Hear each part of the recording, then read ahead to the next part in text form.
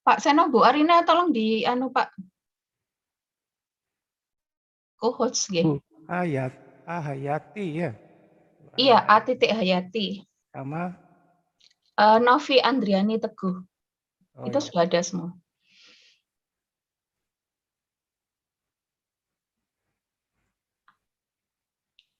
Assalamualaikum Bu Hayati. Assalamualaikum Bu Nurul. Waalaikumsalam. Gimana kabar Ibu? Alhamdulillah baik. Sebentar. Saya setting dulu background-nya. Iya.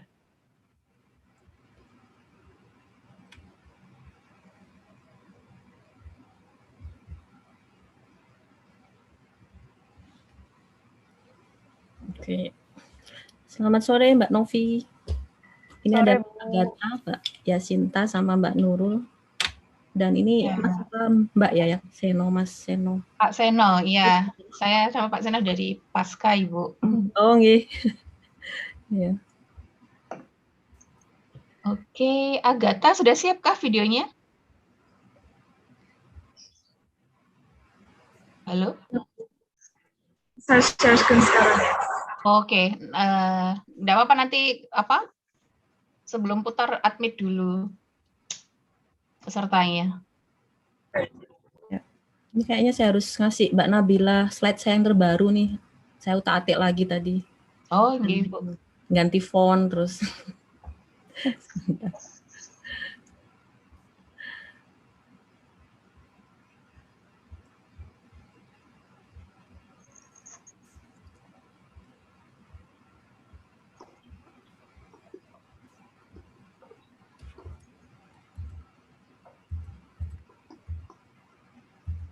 Saya admit dulu ya, Mbak Agatha ya, pesertanya ya. Baik.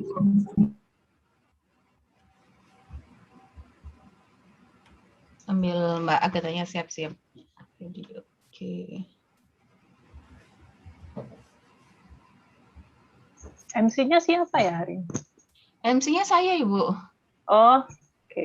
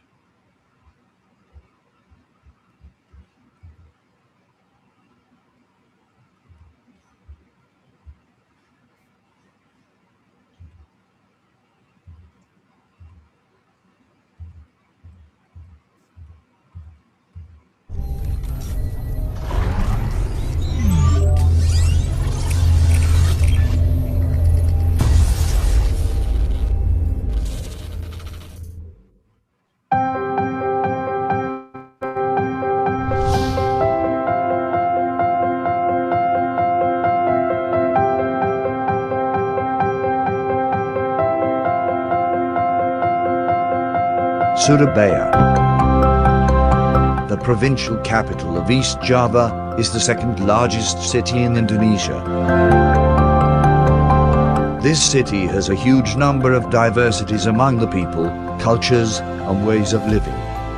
Surabaya has been acknowledged for its green public open spaces. It also has successfully equalized the development between build-up area and green area that makes Surabaya a livable city for all. I see Surabaya as a great city with amazing people. Living pace here is quite slow, so you don't feel the rush of living in the city. It's also a good place to travel around. I mean, in bus you can go in many places, or taking the train on Java. It makes me so to be in peace, so I think that is a good place for me to stay. Surabaya is also known as the City of Heroes because of its role in Indonesian struggle for independence. Moreover, Surabaya nowadays has already become the center of businesses, commerce, industries, and education in Indonesia. One of the pioneers of education in Surabaya is the Institute Technology Sepaluna Pemba, better known as ITS.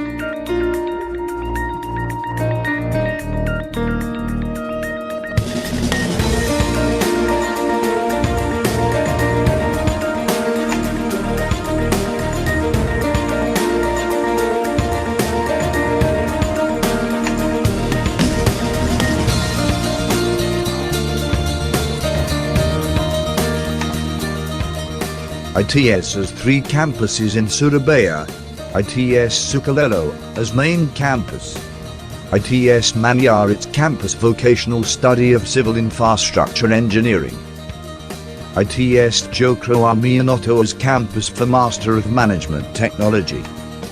Occupying a large area of 180 hectares as its main campus, ITS has 20,000 students, 1,000 academic staff, 1,000 non-academic staff, 10 faculties, and 38 departments.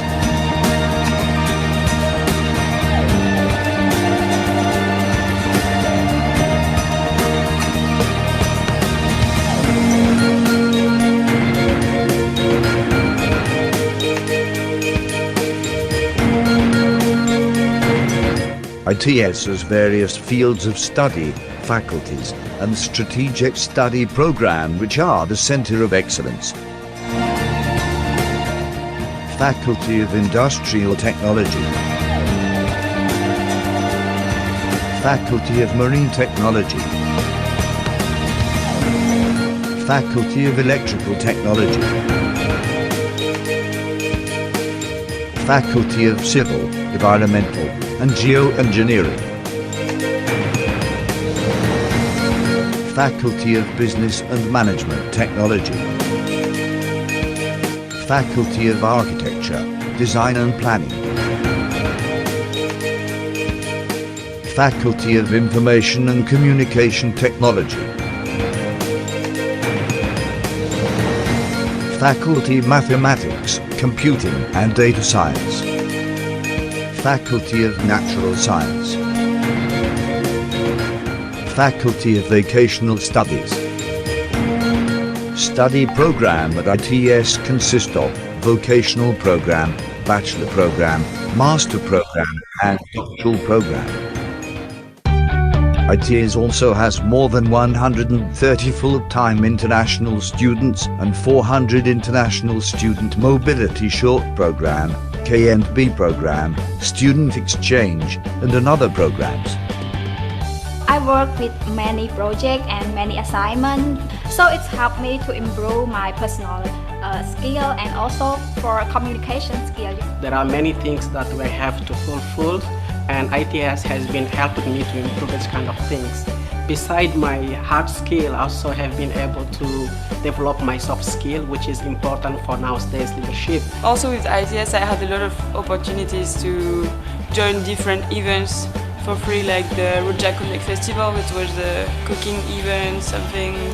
Yeah, this is like kind of opportunities that you don't have every day, and it's funny to take part for once. Yeah, it's nice.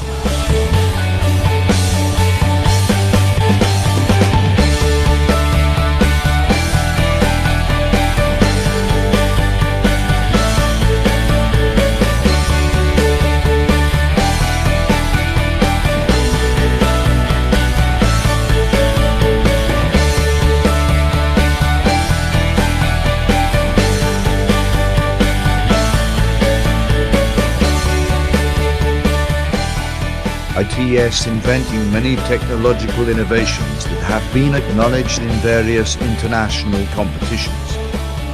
These are several national and international achievements by ITS.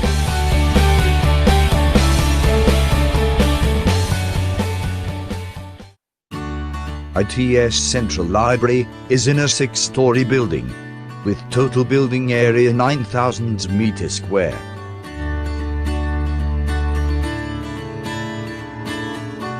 This library, more than 121,000 printed textbooks, more than 10,000 e-books, 10,000 audio-visual data, and 18,000 digital library collections. Besides providing students with the books, the library also provides students with comfort study area, like discussion area, hotspot cafe,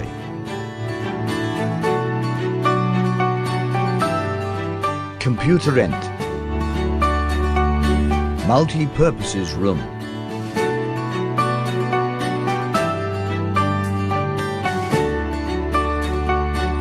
and Indonesia Development Information Services, which connect to the World Bank database.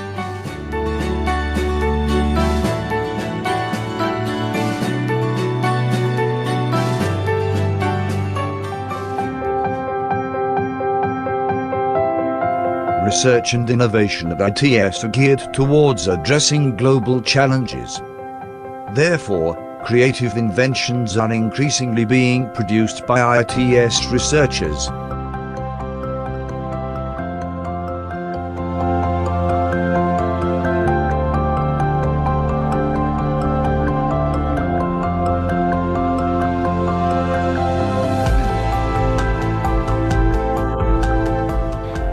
If people are talking about logistics and supply chain in Indonesia, we publish papers, we are doing research on transportation modeling, we are doing research on warehouse modeling, and we also do a lot of networking with industries, with companies, and our research has been used in many companies in Indonesia.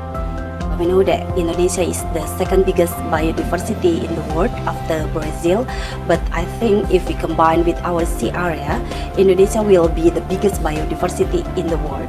And we do believe that if we perform science of nature and how to utilize it, it is very big opportunity for the treatment of some disease, not only for Indonesian people but also for the world.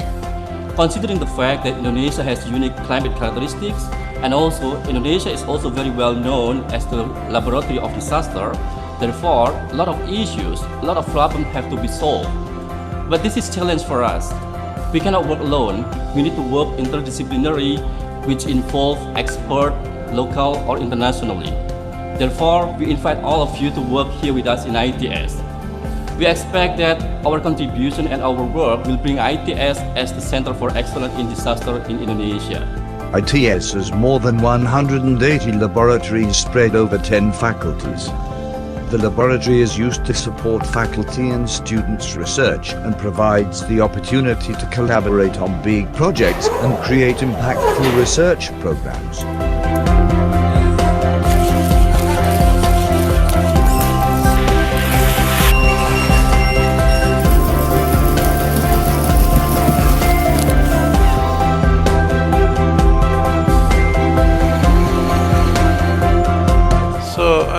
As the institution, I think ITS has contributed a lot in terms of giving an ideas and spirit, and at the same time self-confidence to our country about how capable we are.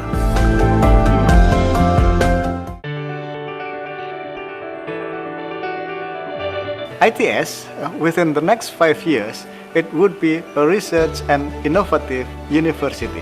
It means that ITS will be playing a big role in the region, especially in Asia.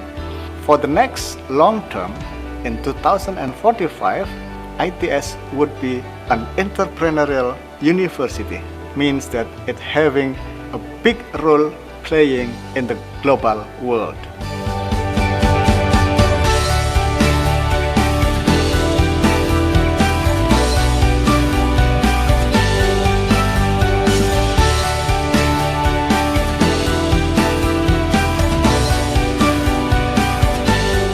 So, come and join us. Come and join us. Come and join us. Come and join us. Come and join us.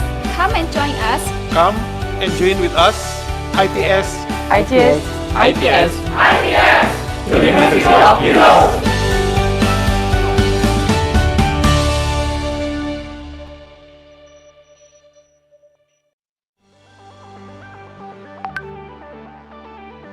Distinguished guests, ladies and gentlemen, before we start commence the program, and here are the following webinar protocol.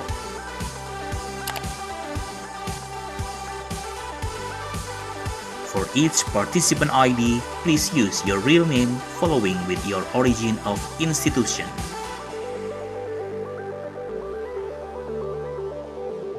All of participants are expected to mute the audio and only unmute the video during the event. We cordially invite you to take your own firm and comfort seat in your own room, and please avoid the backlight.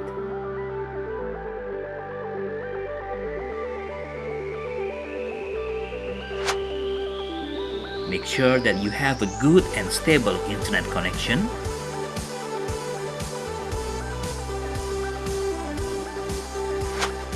If you have an earphone or headset, we recommend you to use it so that your voice can clearly and loudly to be heard. During the Q&A discussion session, all participants, please use the chat box to deliver the questions. Thank you for your cooperation and consideration.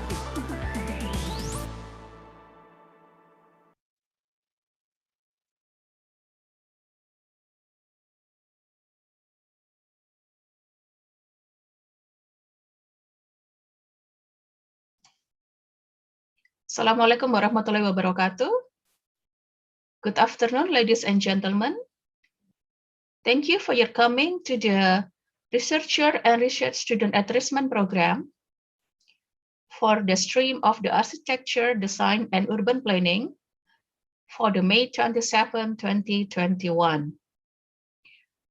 And also, I would like to congratulate Dr. Arina Hayati. Thank you for becoming our speaker today. And also Ibu Novy Andriany to become our moderator today. The topic is research management skill. Before we start the sessions, I would like to read the curriculum vitae of the moderator, Ibu Novy Andriany Teguh, STMSC. Bu Novy is graduated from the International Master's Program, Water Resources, Engineering and Management from the University of Stuttgart, Germany. Her bachelor's degree is from the Civil Engineering Institute Technology, Bandung. Well, for the academic and professional experiences, since 2018, she became the junior lecturer at the Department of Civil and Engineering of ITS, and also member of the Laboratory of Hydraulics and Coastal Engineering. For the January until April 2018, she became the intern as a water engineer in Altenbochum and Partnership, Germany. And then for her research interests,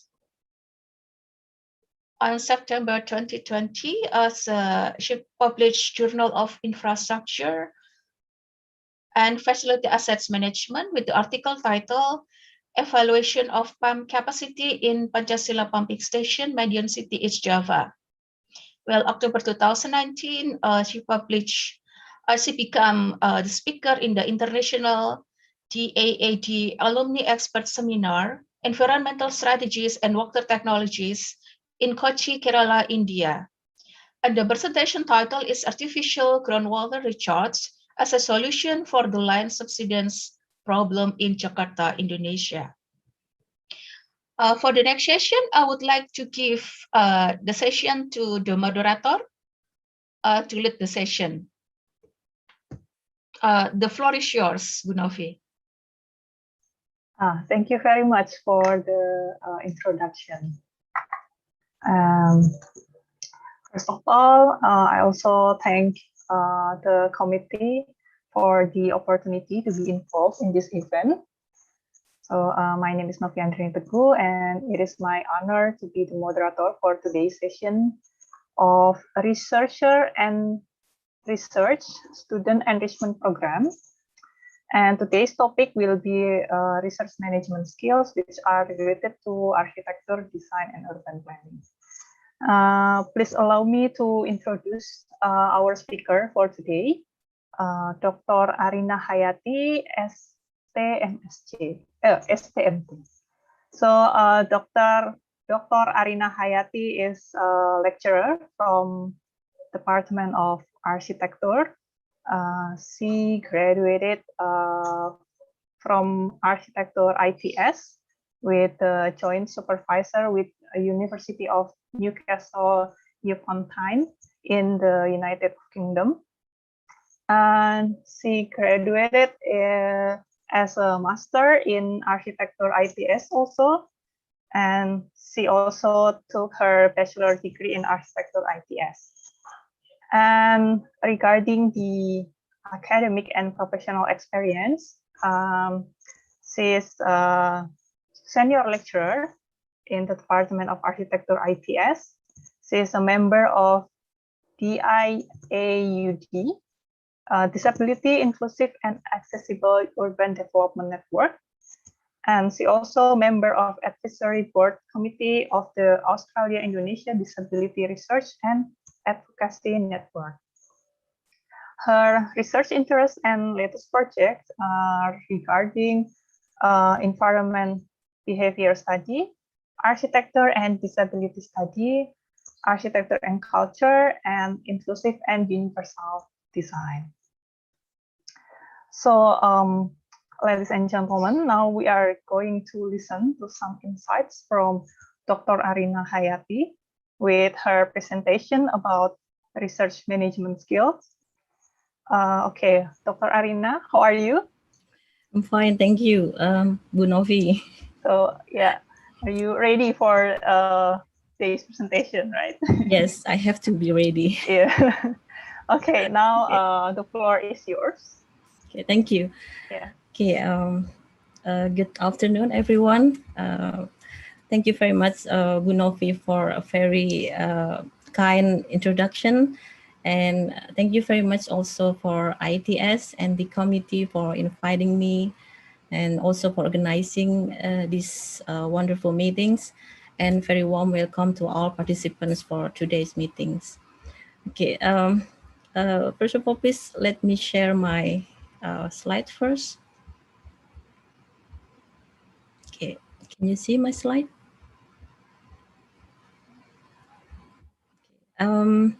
Yes, okay, for today's meeting, I have a topic about research management skills. And here I will focus on in architecture disciplines, for example, because I think at the first beginning, this topic is quite general, but also very difficult to be delivered in only 1 hour's lecture. So I'll try to give you an overview about what is management skills, but also I think I will focus on what kind of research that can be doing in architecture disciplines. And for those participants who are not from architecture discipline, I think you do not have to worry, because architecture discipline is quite a multidisciplinary study. So I think you can follow my presentation today. So this is my content for today's presentation. I think today we only have less than 40 participants. So it's the same with my class in research methodology. So I think this is only for the sharing session. So you can ask me the question, but for the 1 hour, my presentation will include 4 phases. First is the introduction, and then I will tell a little bit about research in architecture disciplines. And I will talk about research design and the elements of research, and embedded the discussion with management skills. And I will focus only 2 things, which is from the philosophical point of view, and then the second, the praxis about methodology. And the last one is a conclusion. So for the introduction, actually I have already attended previous lectures, because when I got these topics, management skills, I think I have to follow the other lectures first when talking about how you defining your research inquiry or research question. And then the second, how you are forming your literature review. And the last one, how you manage to define your research methodology. Because when I'm talking about how you manage your research process, I think I have to understand, I have to learn what information that have been delivered by the other lecturers in the previous lecture. So The second ways that I try to find, because I never given any topics related to managing the research project, I try to find some books, but here I propose only two books. First is from AWOD and MS. I think this book is quite new. It's in 2020. And the books that have been represented by AWOD and MS, it's very general. It's not specifically for the audience who are in the academic research, for example, for the master or PhD students, but it is more for the researcher who are working in a certain institution, whether it is in education or a research institution. So, but when I read just like a skimming reading, I noticed that there is three chapter that maybe can be your input for your knowledge. It's about research data and milestone, and talking about the relationship between what about the researcher and what being researched, and about the outputs and the outcomes of the research. And the second books, it's from the 2011. It's from Pets, and I think this book is quite good and details, more details than the previous books, and you can find an interesting topics and chapter in these books from determining your paradigm in the research, and then objectivity, especially in social science disciplines. And the last one is about talking about multidisciplinary research in the social science. So these two books maybe not really for master or postgraduate degree, or maybe for undergraduate degree.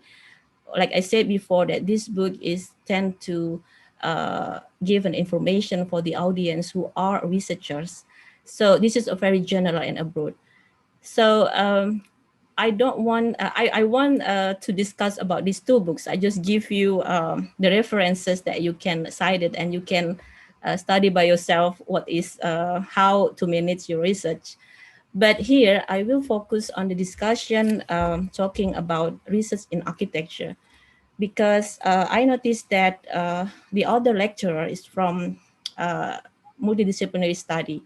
And I think because our topic today is here is architecture and social science, I think it will be easier for me to discuss about these topics in a certain disciplines. And because I am from architecture, so I will try to explain research and how you manage from the first beginning when you are proposing your research question until you determine the methodology in the architecture discipline. So in the first beginning, until now, I'm still questioning myself what architectural research, because there's some, not only our student, but also there are some student outside from the architecture discipline always asking, is there any research context in architecture? Because everybody think that architecture is only designing something or buildings, build something. But I found an interesting books at the first beginning. It's from Snyder, 1984, and it was discussed about what is research in architecture. So he stated that if you have a systematic inquiry directed toward the creation of knowledge, that's when you are doing a research.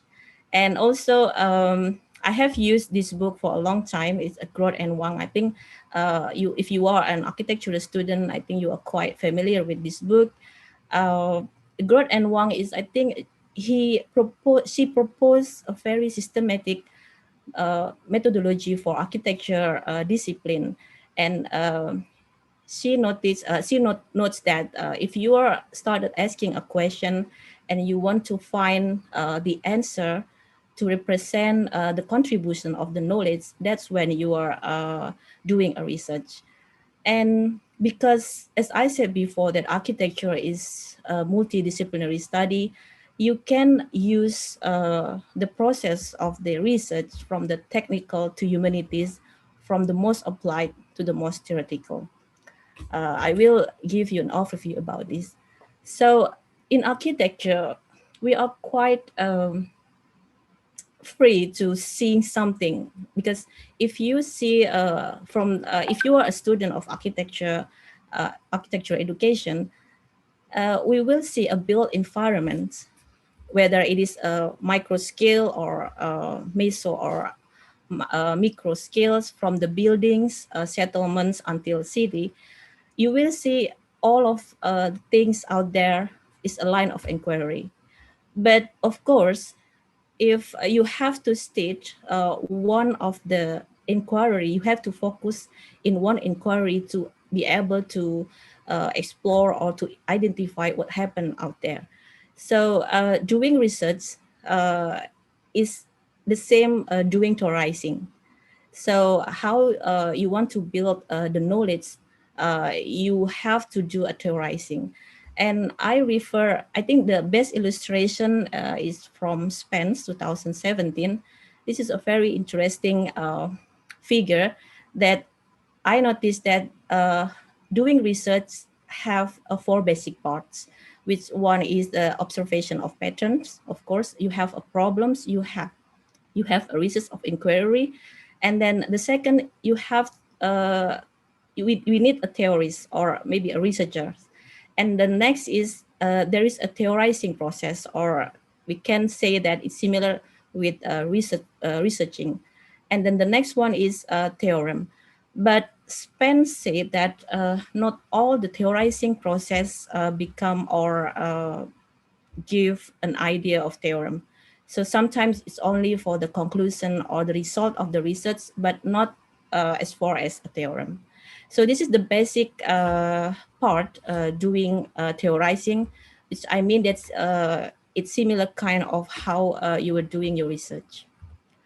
And in architectural education, we have a stage between design and research, because as I think a question, I think if you are a student in, whether you are an undergraduate student and then a master degree, or in a postgraduate student or a PhD degree, I think you are always being asked what is the difference between you were studying architecture in B.Arch or M.Arch and when you are doing a study in PhD. So the level of knowledge is quite different. When you are in the B.Arch and M.Arch, the presentation of design is larger than doing researching. So it's about 80% you were doing design, but the other part you were doing research. But it's quite different with Master of Science. It's a balance between design and research. But for PhD students, doing research is the dominant part. It's almost 80 until 90%. So this is the place of research in architectural education. And for the clear idea, if you are not from architecture discipline, this is what we think or what we doing when you are doing a designing and researching.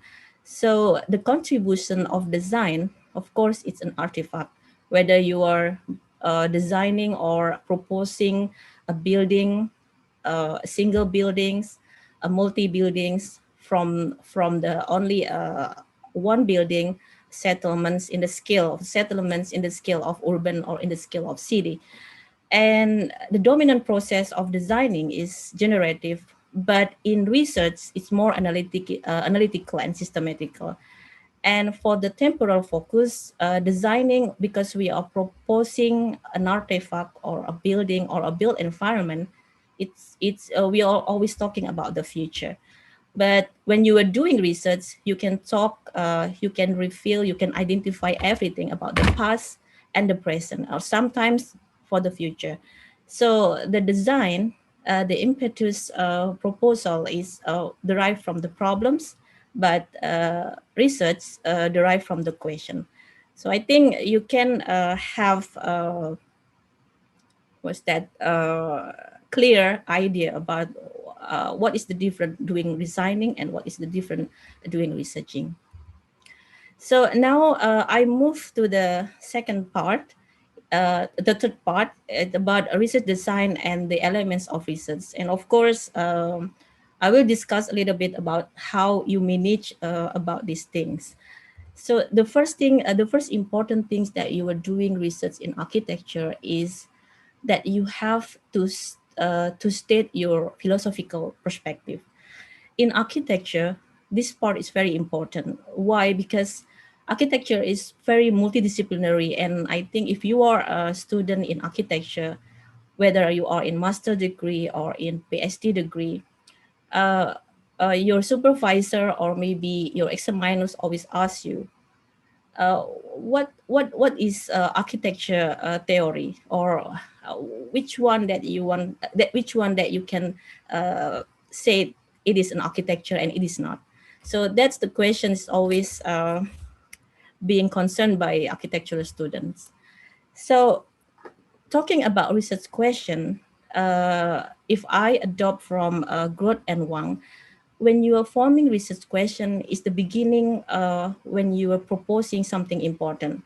So research question is not easy to be state. So you have to be careful to propose your research question. And usually for master degree or postgraduate students, usually you have to state for you have to state first your research problems, and then you will state your research question. But Groth and Wang have already warned us that you have to take your times to develop your research question. You have to explore more and you have to read more if you want to form or if you want to propose a good research question. Because when you have already developed your system of inquiry or research question, you have to think that what kind of or which place of system of inquiry in the school of thoughts in your disciplines. And after that, you can define your strategies. Here, the Groth and Wang's use the term of strategies rather than methodologies, but it is similar. And after that, you can choose what kind of tactics that you want to use or apply in your study. And the next is it's very interesting because the previous slide is quite general, how the position of research question and then the tactics. But here, as an architectural students, whether you are undergraduate or until PhD students, I think if you see a built environment of or a line of inquiry that I mentioned previously, you can divide your perspective when seeing something outside there into a different two approach. First is from the emic and the second is from ethics. I think I will skip this slide and I will move to these pictures. For example, if you are researching a market, if you are an architecture student and you are researching a market, this is a very similar situation. But if we see this picture, we see the differences between how the researchers see the phenomenon. First, from the right pictures, we see that the researcher tried to be embedded in the something, the object that being researched. But in the other hand, for the left pictures, we see that there is a gap between a researcher and something that being researched. So it can be said that the left side, it is the ethic perspective, where the researcher being an outsider. So if you understand about the paradigms, there is a positivist, post-positivist, or naturalistic. The ethic is represent the positivist paradigms, and the emic, we are being an insider. So we will use our senses to discover, to observe, to investigate what happens in out there. So sometimes it's the approach, the paradigm is more naturalistic. So I will go back to the first slide. So this is why I adopt this diagram from Lucas, 2016. that if you have a perspective from the emic side, you will have a close relationship between what you are being researched. And of course, it will determine what kind of tactics that you want to use. For example, you can use participant observation, interview, autobiography, or ethnography. But if you're using ethic as a point of view where there is a distance between researcher and what kind of being researched, you will use, for example, questionnaires, mass observation, census, or maybe experiments. So I think it will be easier for you at the first beginning. You can identify if you have a line of inquiry, what kind of approach that you want to use. And sometimes it depends on the researcher, whether you would like to be the perspective of emic or whether you will like to use the perspective of ethic. So for the next slide, I will relate it to the discussion about emic and ethic. Go back again with a book from the Groth and Wang, when there is a chapter when discussing about research inquiry, and there she discussed about the paradigms. And here it is similar with the dichotomy paradigms that have been cited from Creswell. I think Creswell is very well-known books and well-known authors about research design, quantitative and qualitative approach in social science. And here you can see that Creswell defined the ontology, epistemology, and methodology in the two basic perspectives. One is quantitative and qualitative. And I think you can grasp my information that ethic representing for the quantitative and emic representing for the qualitative. You can see from the epistemology that in the quantitative, the researcher is independent, which have been mentioned by Lucas, that we have a distance being from that being researched. But in qualitative, we are embedded and we have a close interaction with that being researched. And for the quantitative, we tend to be have a deductive process, but in qualitative, we tend to be inductive process. And we can say that that's why not all of the research in architecture have a hypothesis. That's the question. So if you have research in qualitative perspective, you don't have to give or propose a hypothesis. But if you are in a quantitative approach or in the quantitative paradigms, I think you need to propose a hypothesis. So that's the things that have been reviewed by Groth and Wang to the Creswell. But Groth and Wang stand that in architecture, it's not been easy to only see something in only two sides, quantitative and qualitative. So Groth and Wang, she proposed a three-part continuum. And here she classified about the paradigm from the objective to subjective. So I can see that the objective is from the ethic and the subjective is from the emic. So the objective represent the paradigm of positivism, post-positivism, and then the subjective views is represent for the constructivism. And you can see here for the epistemology and ontology, you can see that what is being researched and about the researcher. It's similar with the argument of the qualitative and quantitative. But if you want to know more about this, because if I explain this detail, it will take time because the discussion is very interesting. You can read by yourself in Groth and Wang books, because the books is very important because there she always give examples, especially in research in architecture. So you can figure out what is the difference between positivism, post-positivism, and until you can understand what is the difference of the constructivism. So another things that very important is that sometimes researcher or students, whether you are master degree or PhD degree, you will have an attention. It means that when you are talking about methodology, sometimes approach is very important to define what kind of research that you want to explore. So here I adopt from Lucas again, 2016, that the characteristic of research question, usually students tend to be from the context, whether it's from the methodology or from the theory.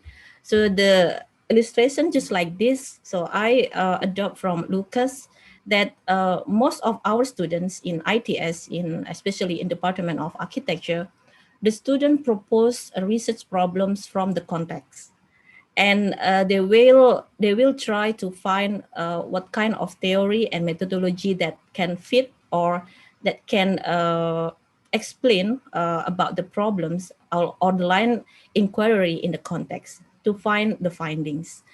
And this one is sometimes easy, but sometimes it's very difficult for the student, because if you are not really like to read, especially for theory or methodology, we will have a problems to explore or to identify what happened in the context. And the next is the methodology. I think in ITS, talking about the methodology led has not been doing very often. So here, sometimes we determine certain methodology, and we try to test the methodology into a certain context, and usually we will develop an application of the methodology. I think I have already read some dissertation of thesis that focus on developing methodologies. And the last one is about theory. If you are interested to develop or to expand, to extend the theory led, sometimes you have to define what kind of theory that you want to research or you want to develop, and then you will try to find the fit methodology and theory, and you will try to have a findings that you want to propose.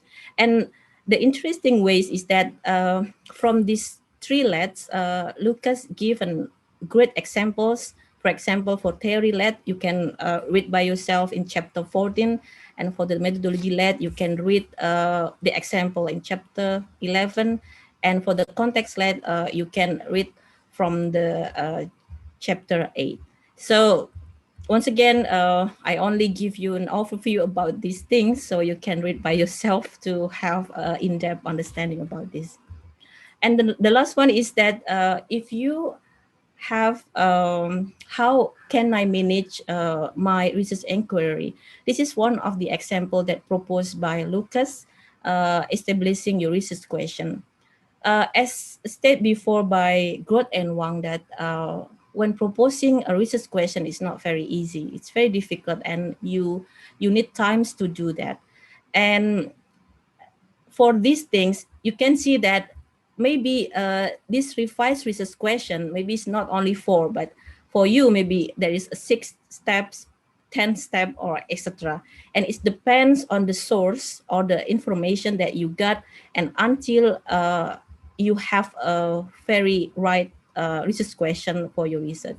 So this is the diagram that maybe you can, I don't know, maybe you will follow this, or maybe some of you only have a 2-step, because I figure out that some PhD students not always have to propose their problems by themselves. Maybe it's just like research teams, and you have already a big research grant, and you only focus on one of the research question from the big research grants. So you don't have to follow these steps very long. Maybe you have already have an initial research question, and you have to you will start to move to wider up.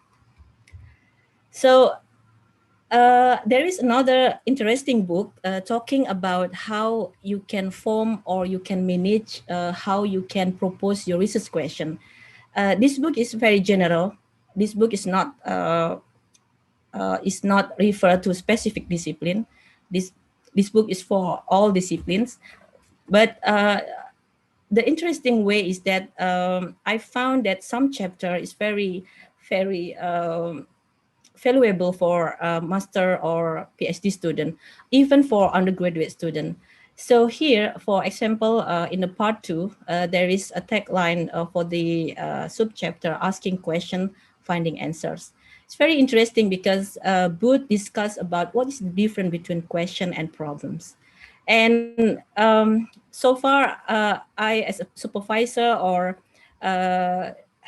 being a lecturer in methodological research, some students do not understand or cannot differentiate between question and problems, because students always use this term interchangeably. So sometimes you say that this is a question, the problem question, a research question, but it is a research problems or etc. So I will give you a quick tips. If you state your research question, it's always in a question tag. That's the tips. But if you state your research problems, it's always in a statement. So that's the difference. But of course, in the proposal or in the research proposal, usually you start with the research problems and then followed by the research question. And again, Booth also discussed that some question may raise problems, but other do not. I think you understand about this part. It's related to if you have a good research question, it have to it have to include or it have to reveal research problems, and try to make a research question that is not too general. Because if the research question is too general, it will be difficult to focus and to explore what you want to reveal. But also, please don't form or propose research question that is too detailed, because if it is too detailed, I think the finding is it will be very general. So be careful with this. So if you want to know more about these things, you can read by yourself in Booths. And I think the good things in this book is because there is a lot of examples how to propose or how to form a research question and research problems. And the second chapter is about from topics to question. You know, I think you have noticed that from my master degree, I interested in assigned buildings. It's very different from my doctoral degree, because in doctoral degree, I interested more with environmental behavior. So when I'm doing a master degree, I have an intention, because as I mentioned before, that I'm disabled person. So I think that when I was in master degree, I think it's easier for me to do a research only doing something in the laboratory without moving everywhere. So that's why I choose environmental design or science building as my study when I was in master degree. But my interest was changed when I was pursuing my doctoral degree, because I think that I have to explore more about disability issue into the architectural study. So I'll try to see something from the emic side. So at the first beginning for the master degree, my interest is more ethic approach, but for my doctoral degree, I use more of my emic approach. So this also discussed by Booth that sometimes you will find a question is from your interest. So this is very interesting that you can read by yourself, but the discussion is very real, and I think you can reflect this discussion into your process by yourself. And the last one is from question to a problems. There is also a discussion in architecture whether your research, your problems, is that a research problem or is that a practical problems? So here I do like these diagrams because here Booth try to give a relationship between practical problems and research problems. So if we have a practical problems, sometimes it motivates a research question. And when you have a research question, it defines research problems and leads to research answer, and the answer of the research or the finding can help to solve the practical problems. So I remember this citation from Pascal in Neazibitoska that in architecture, without theory, practice is blind, and while theory without practice is dead. I think it's very good citation that represent these things, that we need practice, but also we need a theory. And let's move to the second thing, that literature review, how you establishing your field. When you have already determined your research inquiry, I think now the problem is that you will have you will need to you need to determine whether you are in the design or in the study, because as I mentioned before that architecture in the halfway we are in the art, but in the halfway we are in the science. So if you are, for example, if we refer to the educational phase from the BR and then MS and then the PhD, for the BR, the proportion of design is more dominant than study. So the research proportion is very high if you are doing a PhD. So that's why I think now if you are architectural students, I hope you are now realize that, oh, okay, if you are doing more design and you are pursuing your PhD, you have to turn your understanding about this one. And I refer this from this one that is very broad for architectural knowledge that I refer to Robinson's 2001. I think we move from the traditional views until now for the contemporary views, that at the first beginning we only see architecture knowledge as a tacit, but in the end, we move to the explicit knowledge, which is related to the other disciplines. So I think this diagram I cite from Sasi 2011, it's more represents what happened right now. For example, at the traditional knowledge, we tend to be more focused in the art, history, and formal design foundation. But in the 20th century, we try to connect our domain into the outside domains, which is science, technology, theory, and a little bit about ecology and qualitative human needs. But in 21st century, we attempt to develop more and integrate with the other disciplines more further, which is cognition and behavior and social science. So it has happened in architectural education, especially in ITS, because recently students, whether it is in undergraduate, master degree or PhD degree, they tend to propose problems for this point of view or this knowledge, which is more qualitative, which is more behavior related to behavior study and EDC. And the next, for architectural student, I think you see these diagrams quite familiar. But in this diagram, it's very important because it's communicate about the place that architectural study is very multidisciplinary study. So you can being influenced by another discipline. For example, whether it's from sociology, literature, politics, and EDC. But before you adopt some theories or some information or some knowledge from the outside discipline of architecture, you have to translate these things into the inside domain of architecture. And this is very difficult because sometimes the student of architectural student are always being asked, what is the object of the research object of architecture? So this is the disciplinary boundaries. If you are in architectural education, you will talking about texture, pattern, plan, colors, spacing, and etc.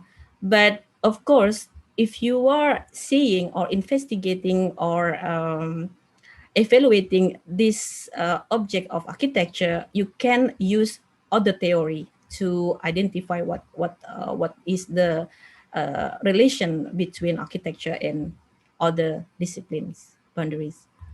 So this is I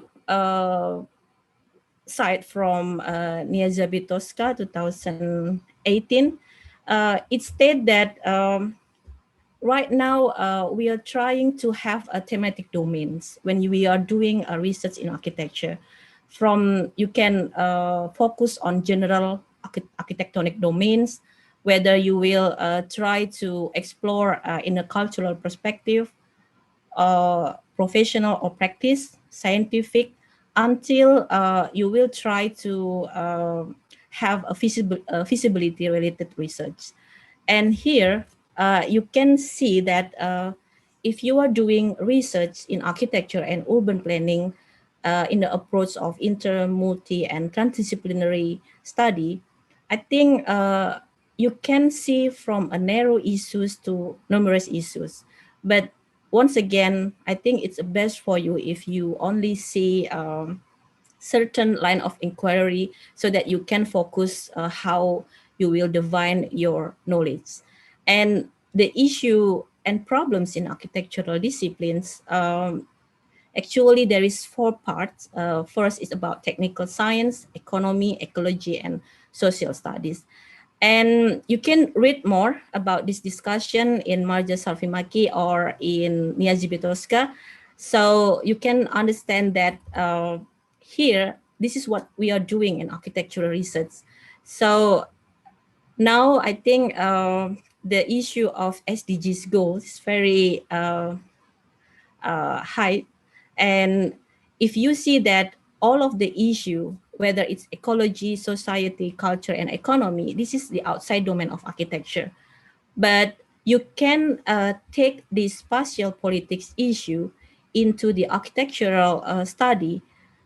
For example, if you related this spatial politics idea to build environment, for example, ecology, you will talk about health and safety, energy saving. And for society culture, you will talk about form and meaning and user needs. And economy, you will talk about user needs, functionality, and energy saving. And here, the architecture study, we always talk about 3 things. I think you remember about the Vitruvian triads. There is durability, beauty, and usability.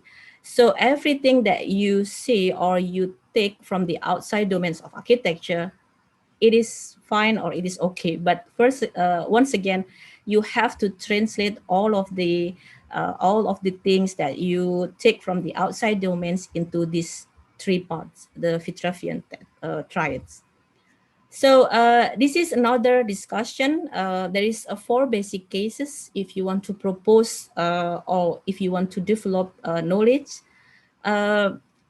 The goals is first, maybe you want to discover something that undefined or maybe something that new. I think I see the previous lecturer from UTM, I think, he talking about originality, state of the art of the research, and etc.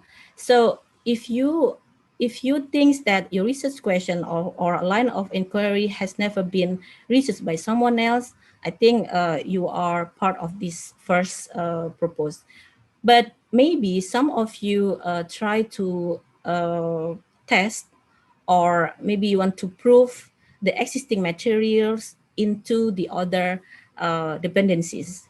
And the third is maybe you want to extend of the existing researchers or existing research, and you want to develop more about this thing. Or maybe in the last one, you want to confirm, maybe it can be a theory, it can be a methodology, or this things still functioned to the existing research.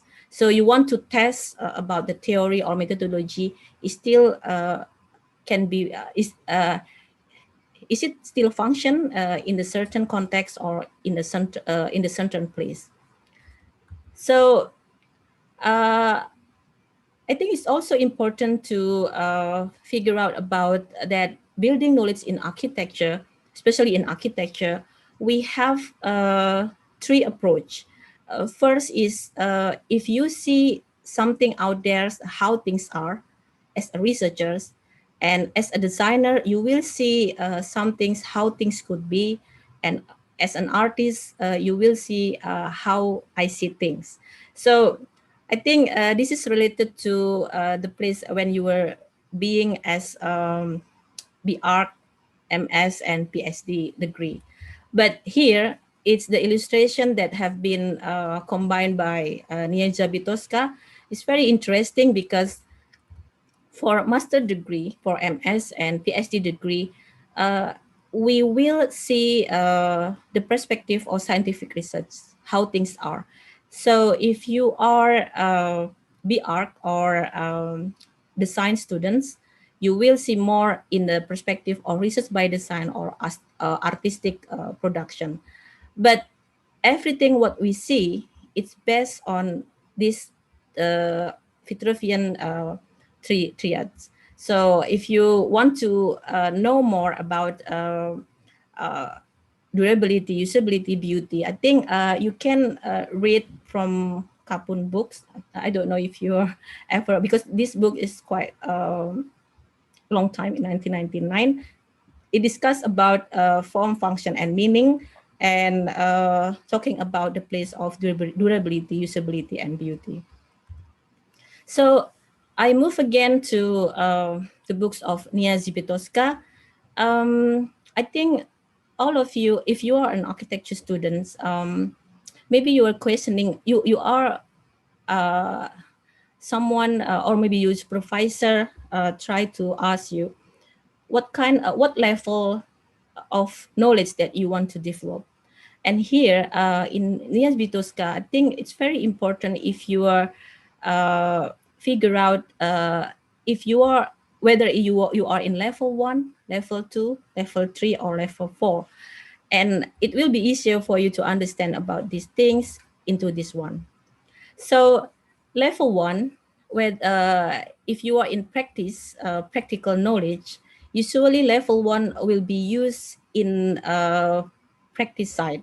So if you are in a BArch or in a MArch, you will more focus on the level 1 building knowledge. But level 4 and level 2 is more focused on architectural theory.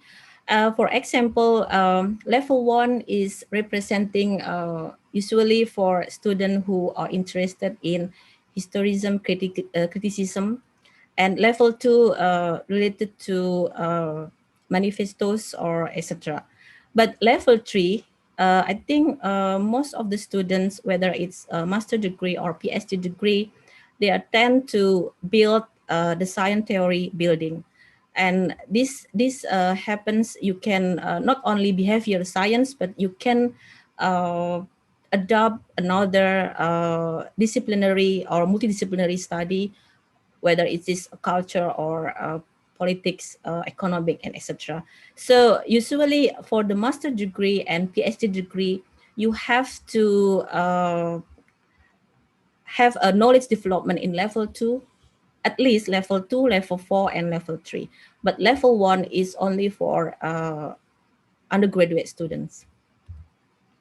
So this is the combination what I discussed previously, that if you tend to be more science or more arts, I think the task of you as a master or PhD degree is you have to form this thing, that from proposing your research inquiry and then hypothesis, and then whether you are in explanation or interpretation study, and what kind of theory that is representing your research, and then finally what kind of new result or new fact and new reality, and the contribution can be related to doctrine theorizing, ideas manifestos, and the science practice norm and standards.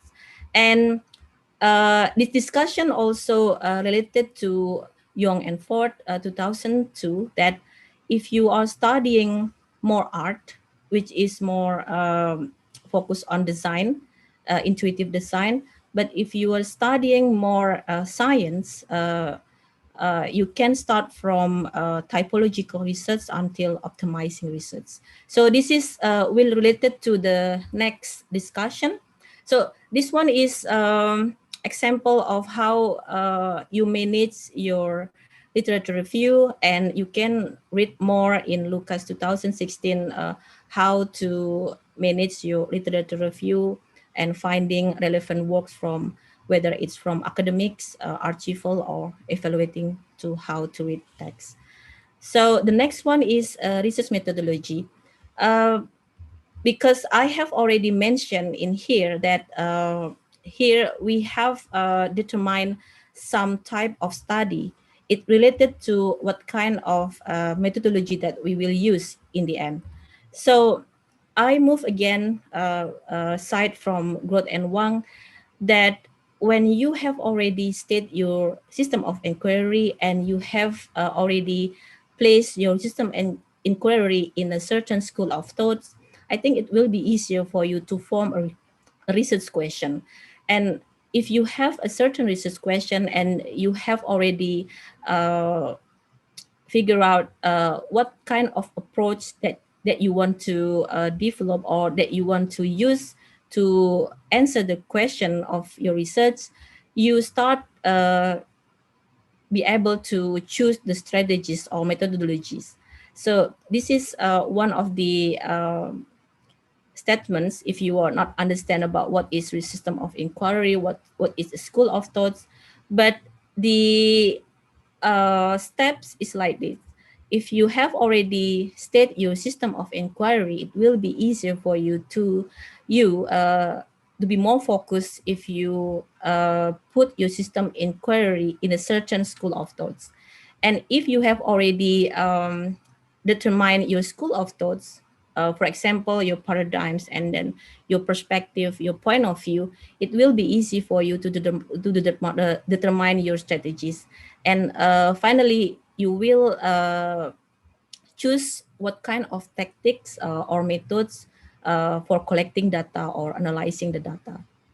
So this is 7 strategies or research methodologies proposed by Groth and Wang. I think it is very important because Groth and Wang noticed that it is not easy for architectural students if you are only use 2 kind of dichotomies, whether it is qualitative and quantitative. So Groth and Wang proposed 7 strategies, and here she categorized the strategies from something very subjective to something very objective. So here, the first is about historical strategies, qualitative, correlational, and then move to experimental, simulation, and lastly, logical argumentation. And the middle, it's a case study and combined strategies. It means that these strategies you can, because researching about architecture is very complex and it's very broad, you can use more than one strategies. So that's why combined strategies is often be used for architecture students. And but it is different proposing by Nia Zabitoska 2018, because I try to find news books, especially research methods in architecture.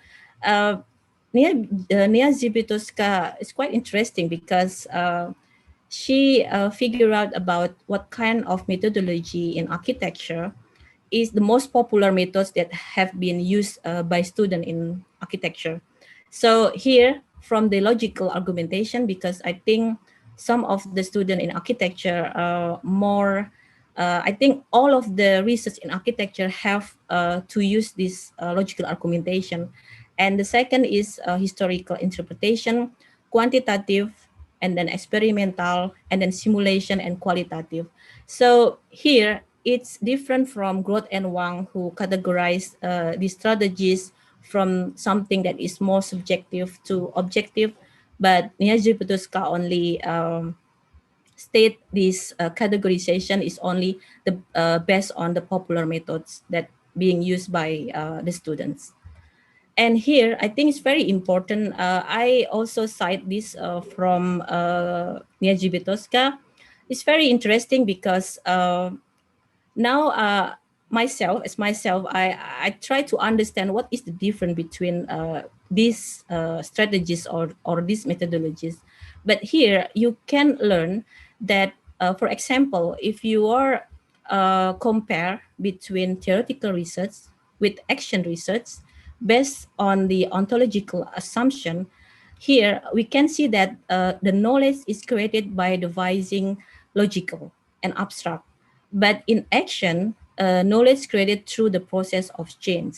So this is, you can say that, okay, if you are in the theoretical research, I think it's fine if you're abstract, started from the abstract theories, but still you have to be logic. But in the action process, the process of change is quite important.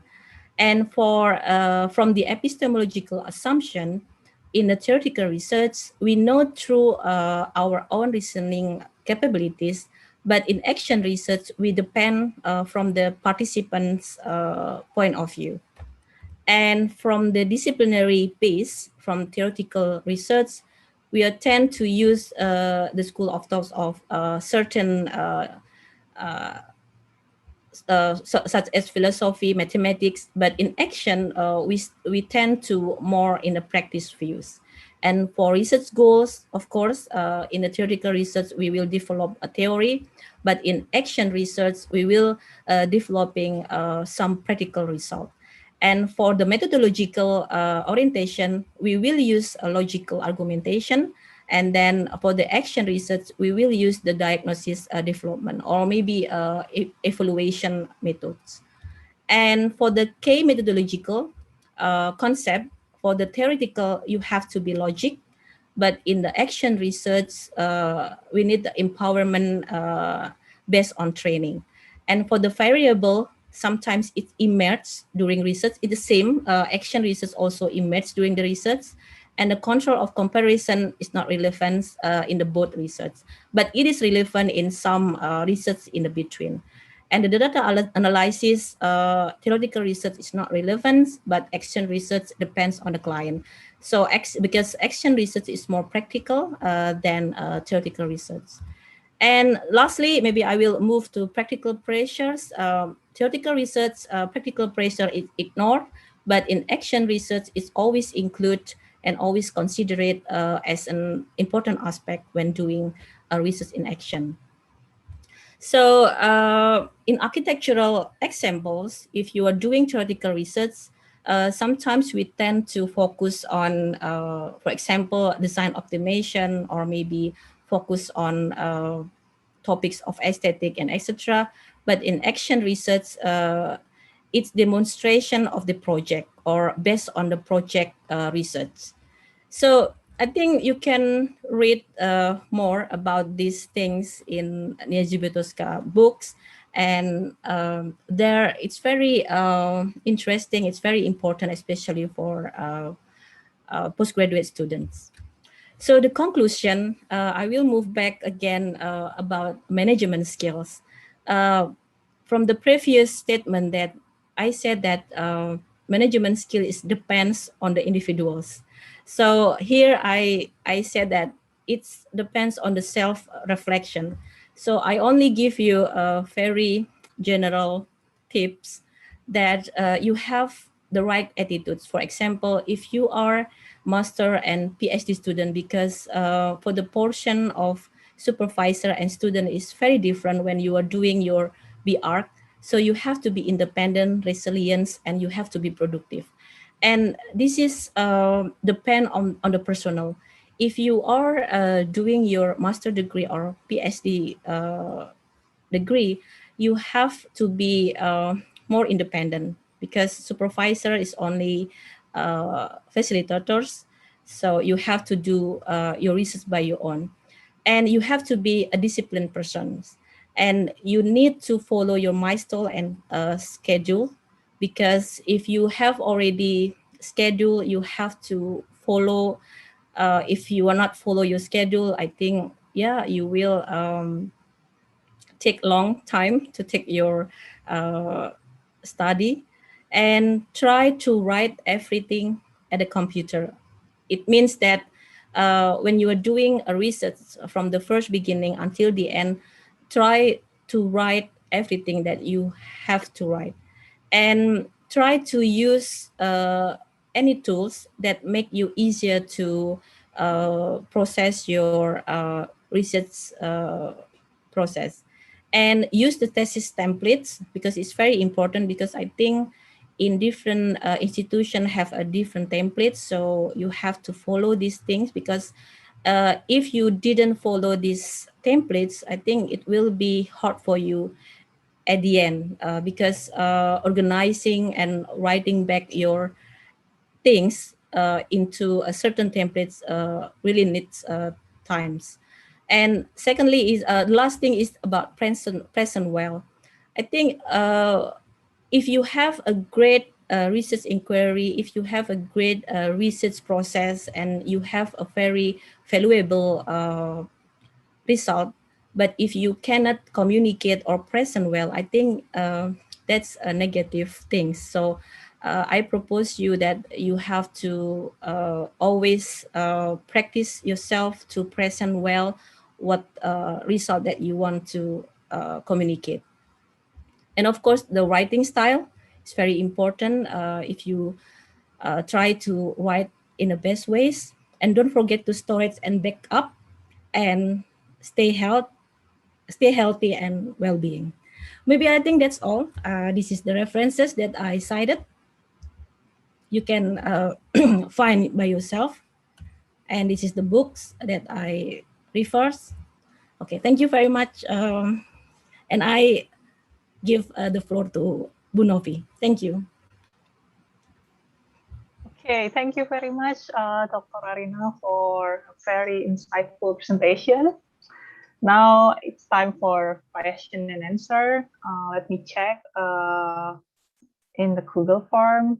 Okay, I will read a question from the Google form first, and later I will also want to give an opportunity to all participants. Maybe who would like to deliver the question directly, you can use the raise hand feature here in Zoom meeting.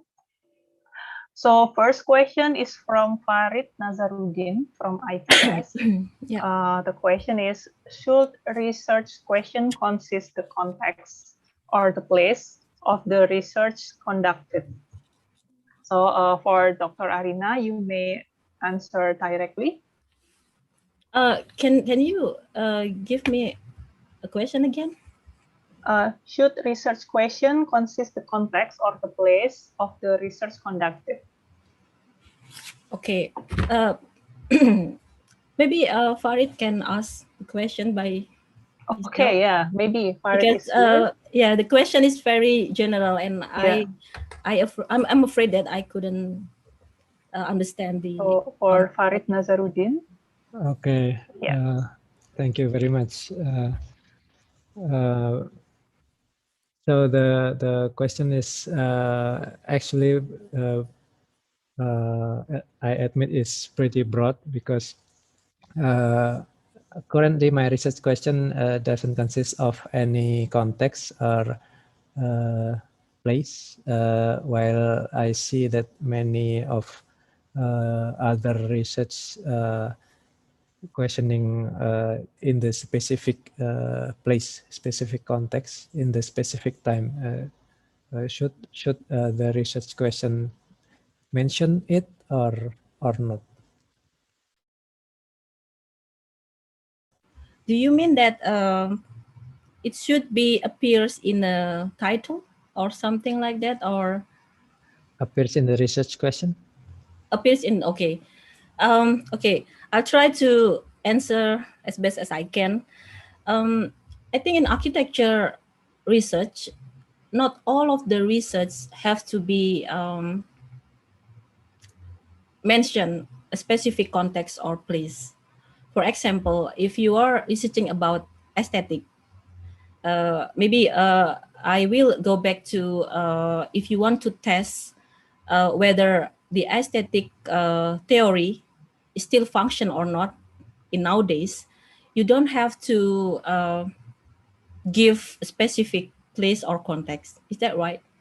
But of course, if you are interested to more narrowing your question, for example, if I'm questioning about the concept of aesthetic in the perspective from the perspective of the millennial generation, for example, so I put a context there, but it doesn't have to be a place. The context here, you can focus on the users or person perspective and EDC. But I think it will be easier for architectural student to put, because you will be more have a focus issues or question if you are narrowing by putting a context or place in that things. I think that's my answer. But not all of the research in architecture have to mention the context or place. I think that's my answer. Maybe any participants have different opinions from my explanation. That's yeah. Yeah. Is there any feedback maybe from Fauzi? Yeah. Well, I think this class is just like sharing discussion. You can have your own opinions. And I noticed that I think most of you are PhD student or doctoral degree.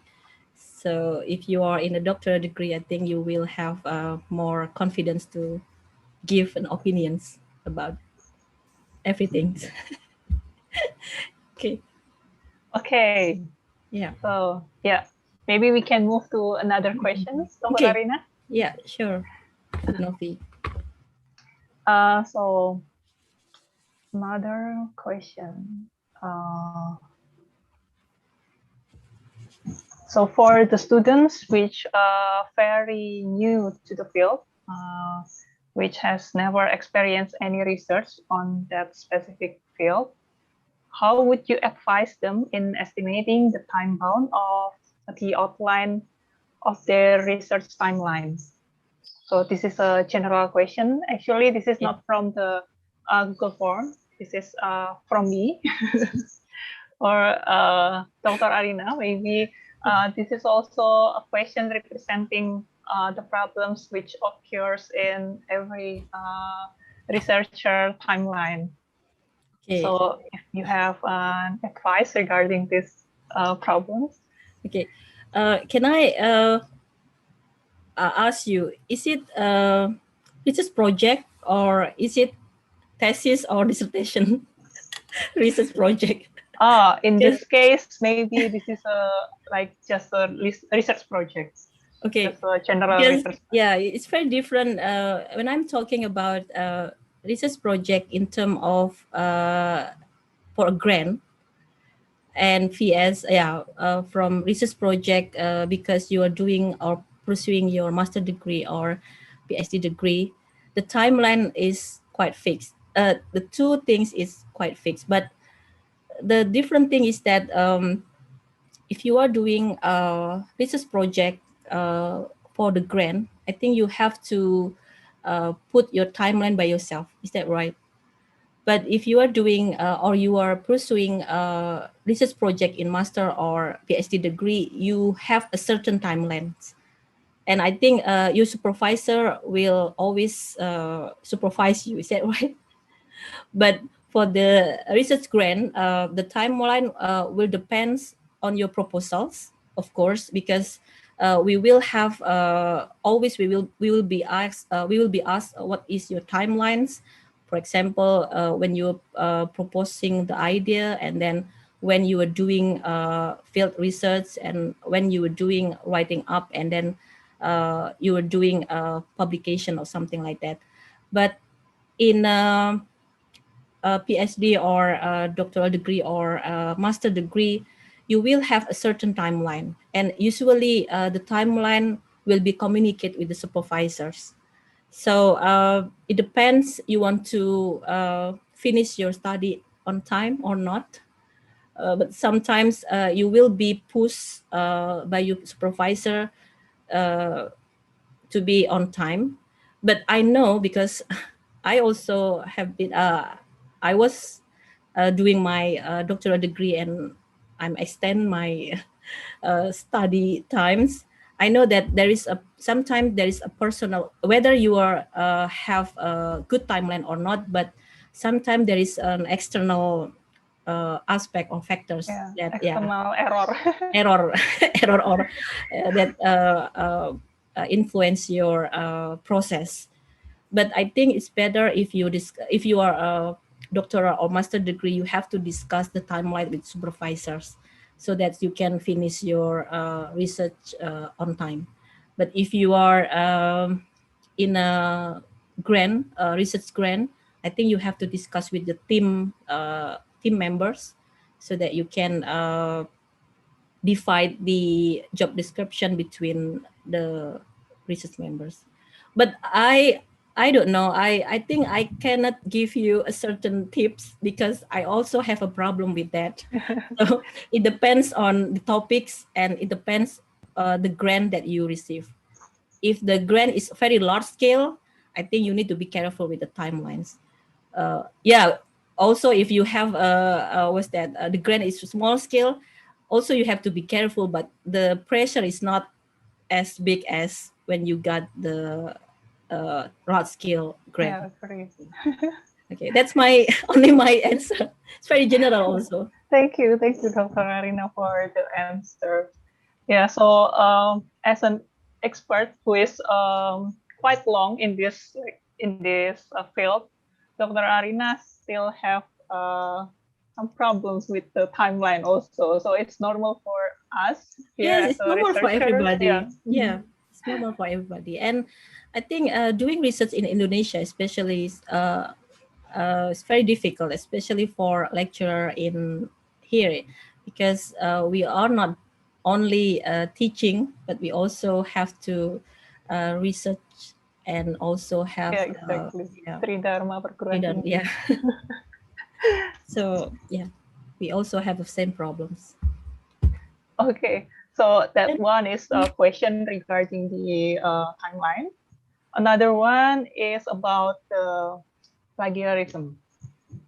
So I think this is a question that usually asked by a beginner as a researcher. So as someone who is quite long in this field, what is your advice for the researcher to avoid duplicating or plagiarism? Okay. This is from my own experience. I think you have to be careful because nowadays there is several news about plagiarism. Is that right? And for academician, it's very serious matters. And first, it's not easy. I think what Good and Wang said, that you have to take times. It means that you have to read more, you have to explore more, and you have to be sure that what you propose or what you want to reveal has not been being researched by others. And how you can, right? Yeah, the novelty. How you can know that? I think the one way is that you have to read more. For example, you have to read more journals from the prestigious journals, and then you have to try to explore, is there anyone or any researcher that have been doing these research topics. So you have to be careful. And I think attending some seminars, conference is also important, because not all of the seminars and conference was indexed. Is that right? It's only in a proceedings. So I think it's important if you are join in a research activities such as seminars and conferences, so that you can you have you show that your topics is originals. Yeah, but you know, plagiarism is not that only things. For example, if you write something, especially in a literature review in a chapter 2, sometimes you are tend not try to rephrase the sentences, but you only duplicate the sentences that you read. I think that's also being categorized as a plagiarism. So chapter 2, especially when you are defining your research literature review, I think it's also difficult to be written. We must be careful with You must be paraphrasing. careful. Yeah, you have to rephrase, and you have to make sure that you doing a right citation for all the references. Yeah. Okay, thank you very much for the advice, Dr. Arina. It means a lot for us here.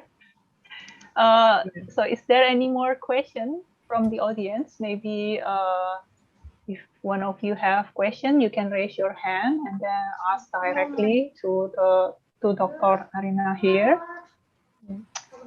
Well, I hope all the students here, I know that this student is not from, all of them is not from architectural discipline, but once again that it will be easier for me to give you an example in a certain discipline.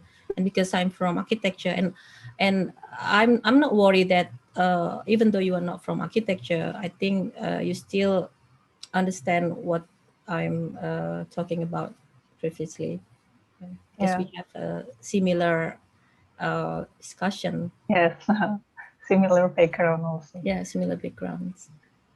Okay, I think, yeah, we will end our session for today. Thank you very much for the insightful presentation and your valuable time, Dr. Arina. Okay, thank you very much. I think everyone, we are very shy today. Everyone's yeah, everyone's are all shy. Yeah, but I think if you have any question related to what I'm present today, you can contact me. Maybe all of you have already contact with Dr. Arina previously, so you can ask her directly. Yeah, maybe on her very another welcome. lecturer. Yeah, it's very welcome if you want to contact me and talk discuss about what I present today. Okay, thank you very much, Bu Novy.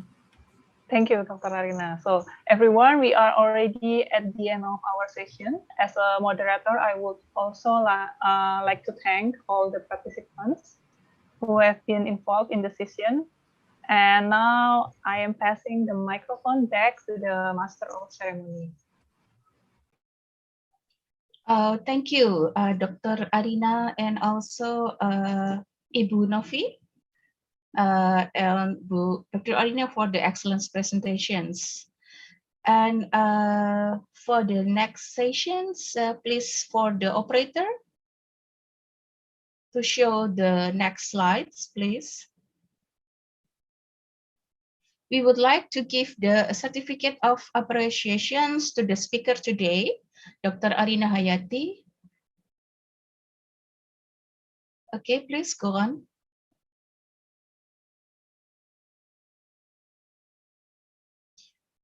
Thank you for become the researcher and research student advertisements program to be held today, Ibu. Thank you very much. And also you would like to give the certificate of appreciation to Novy Andriany Teguh STMSG as the moderator for her valuable contributions. Thank you.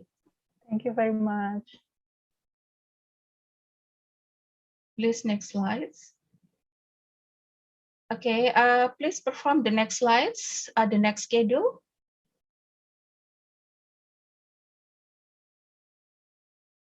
Okay, for our next schedule will be held on the June 3rd, still on Thursday at 3:30 until 5:30 p.m.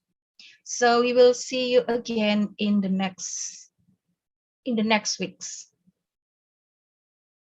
Okay, for the last session, we would like to take pictures together. For all the participants, please turn on your camera.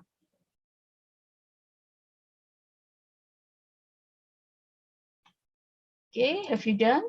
Pak Seno, please take the pictures of us. 1, 2, 3. Smile.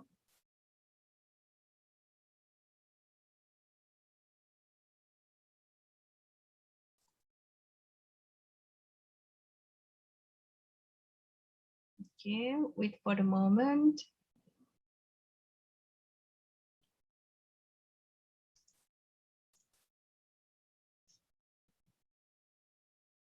One, two, three. Okay, thank you.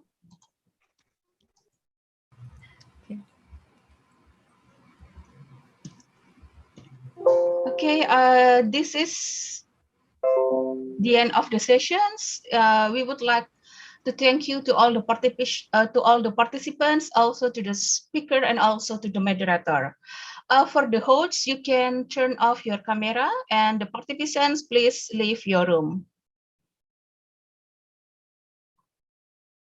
Thank you. Thank you. Thank you so much, Bu Arina.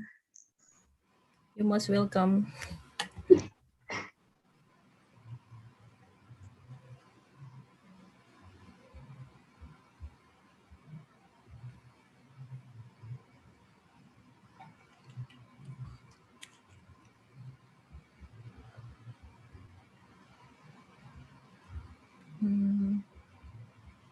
Pak Seno, you can turn on the. Pak Seno bisa mematikan dari host. Ya, bisa, Mbak. Matikan Iya, ya. iya.